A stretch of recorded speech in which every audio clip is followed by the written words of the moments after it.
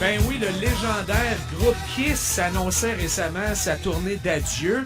D'ailleurs, il y a un arrêt prévu au Centre Canadian Tire ici à Ottawa le 21 novembre prochain. Et là, ce qu'on apprend, c'est que le groupe a eu recours à un traitement préventif créé par une firme de Vancouver dans l'espoir d'éviter que la COVID vienne causer l'annulation de certains spectacles. Pour avoir plus de détails là-dessus, je vais aller retrouver notre collaborateur Patrick Filion, microbiologiste et professeur au Cégep de l'Outaouais. Salut Patrick! Salut LP. Ça peut sembler un peu exagéré peut-être pour certaines personnes qui nous écoutent parce qu'on a l'impression que la pandémie est pas mal terminée, que les variants sont de moins en moins dangereux, mais il faut dire que le chanteur et guitariste Paul Stanley a contracté la COVID récemment. Et il faut dire aussi que les membres du groupe Kiss ne rajeunissent pas. Ils sont pas mal tous âgés de 70 ans et plus. Exact, LP. Donc, le traitement comme tel qu'ils ont reçu, c'est pas quelque chose qui a été inventé pour la COVID. C'est la compagnie Ondine, qu'on retrouve à Vancouver, qui a développé, c'est une réaction photochimique dans le fond. C'est que les gens qui doivent subir le traitement, on va leur appliquer un petit colorant avec un petit tampon, un coton-tige au niveau du nez. Et ensuite, on va vous mettre c'est comme une par narine, deux petites lunettes, deux petites lumières, dis-je, comme des lumières de Noël là, qu'on vous met au niveau du nez. Et il y a une lumière rouge qui va être émise, et cette lumière-là va réagir avec le colorant qui se sera lui-même collé sur les bactéries, virus, mycètes, en tout cas, peu importe les micro-organismes qu'on a dans le nez, et va provoquer une réaction, quand on va mettre la lumière, qui va détruire ces micro-organismes-là. Ah ouais? Donc, c'est vraiment une technique LP là, qu'on a développée pour éliminer les micro-organismes avant une chirurgie, par exemple, que les gens ont au niveau du nez, que ce soit une chirurgie esthétique, une chirurgie, là, peu importe, qui va aller affecter la muqueuse au niveau du nez, du nasopharynx. Donc, on élimine jusqu'à un certain point là, les risques d'infection post-opération. Donc, c'est vraiment dans cette optique-là que le traitement a été développé. Maintenant, il y en a qui ont vu une opportunité là, avec la COVID et les infections respiratoires. Donc, supposons que moi, je suis dans le groupe de Kiss. OK, je vais me maquiller pour aller faire le show. Écoute, je te verrais. Il me semble que tu as le physique de l'emploi, Patrick. Ah, écoute, ça serait merveilleux. Ce serait comme un rêve d'enfant d'aller faire un spectacle, maquillé ou pas. Mais, écoute, supposons qu'on a un spectacle, donc, puis un de nos membres a été infecté. Donc, c'est pas possible que j'ai été en contact avec lui. Donc, pour limiter les chances que les virus entrent en moi et se rendent dans mes poumons, je pourrais subir le traitement, donc ça éliminerait les virus qui sont dans mes voies respiratoires supérieures, donc au niveau du nez, nasopharynx. Ouais. Donc, ça limiterait les chances que je sois infecté. Donc, c'est vraiment un traitement, on va dire, qui est préventif. Maintenant, ce qu'il faut comprendre, c'est que si on veut que ce soit efficace contre un virus respiratoire, contrairement, par exemple, aux infections bactériennes ou fongiques, ben, c'est un traitement que les gens devraient pratiquement faire là, à pratiquement tous les jours, parce que dans le fond, les micro-organismes sont éliminés au moment où on fait le traitement. Donc, c'est un traitement qui est pas long, ça prend 5 minutes.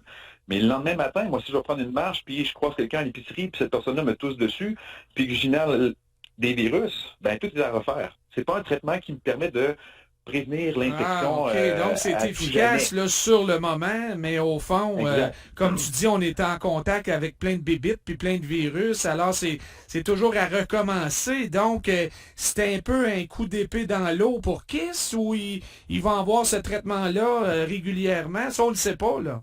On ne sait pas. Puis écoute, c'est pas quelque chose qui est très, très long. Donc, c'est peut-être quelque chose qui est possible pour eux là, de s'être procuré l'appareil et de le faire de façon régulière. En fait, pour la COVID, là, on le suggérait, par exemple, pour les personnes, par exemple, je sais pas moi, les infirmières, inhalothérapeutes qui sont en contact rapproché avec les gens en zone rouge, les personnes qui vivent dans des résidences pour personnes âgées où il y a une éclosion. Donc, on pourrait faire le traitement de façon peut-être régulière pour limiter les chances. Mais le commun des mortels, toi puis moi, LP, là, si on veut avoir ce traitement-là, ben, ça ne donnerait pas grand-chose. Oui, il faudrait avoir un appareil à la maison, là. C'est ça. Fait que c'est vraiment pour éliminer sur le champ les micro-organismes. Donc, quand on parle d'une chirurgie, ben, la chirurgie a lieu dans les minutes, les heures qui suivent. Donc là, il n'y a pas de bactéries, il n'y a pas de mycètes. Donc, les risques d'infection lors de l'opération sont pratiquement nuls. Mais dans 3 jours, je sais pas, moi, c'est pas mes habitudes, mais je vais me jouer dans le nez ou on ne sait pas quoi, je vais recoloniser mon nez avec plein de micro-organismes, mais au moins la chirurgie aura eu lieu. Donc, c'est une technologie qui est efficace, qui limite les risques de développer des résistances aux antibiotiques. Donc ça, c'est très, très, très positif. Mais comme tel, pour la COVID, la grippe, les infections de ce type-là, Ça vaut ce que ça vaut. Plus limité. Ouais. Ouais. On appelle ça la photodésinfection nasale, c'est ça? Exact. Et, Ouais, et donc, on peut penser que l'appareil pour faire ce traitement-là, ça existe dans tous les hôpitaux là, du Canada, probablement. Là. Ben, plusieurs hôpitaux l'ont. On ne sait pas si on l'a, par exemple, ici au Québec, mais c'est vraiment une technologie qui gagnerait à être connue, surtout pour comme je le disais, les gens qui subissent des opérations, des chirurgies, si on doit intuber par le nez certaines personnes. Donc, on élimine les micro-organismes avant l'intervention. Donc, ça limite les chances d'infection. Ça élimine aussi là, les bactéries qui sont multirésistantes aux antibiotiques, les levures qui sont très, très, très résistantes comme Candida auris. Donc, ces micro-organismes-là, souvent, on a de la difficulté à les tuer avec des antimicrobiens, on va dire normaux, soit des onguents ou des antibiotiques oraux. Donc là, ça a vraiment une importance à ce niveau-là, mais encore une fois, là, pour la COVID et tout ça, là, ça serait un petit peu compliqué de mettre ça sur pied pour que ce soit efficace là, sur une longue période. Exact. Donc, s'ils n'ont pas acheté d'appareil... je comprends pas trop pourquoi ils ont fait ça. Peut-être parce que justement, le Paul Stanley avait contracté la COVID, puis ils se sont dit, on va au moins remettre les chances de notre côté pour commencer notre tournée. Là. C'est pour éviter que tous les membres du groupe tombent malades en même temps. Donc, si un est testé positif, donc j'imagine les 4 membres du groupe vont subir le traitement, ce qui va limiter les chances que les autres, dans le fond, soient infectés et aient les symptômes, puis qu'ils aient à reporter des spectacles ou une série de concerts. Là. Merci beaucoup pour les explications, Patrick. Toujours un plaisir, LP. Et tant qu'à parler de Kiss aujourd'hui, c'est quoi ta chanson préférée? Hey, écoute, LP, on va y aller avec Rock and Roll All Night. Faut que ça bouge un peu. Là. On va se laisser là-dessus. Ça va mettre de l'ambiance un petit peu dans l'émission. Merci, Patrick. Toujours un plaisir. Salut, LP. Bye-bye. Ici, en Outaouais, l'actualité locale, d'abord. Au 104.7 Outaouais, vous écoutez LP le midi.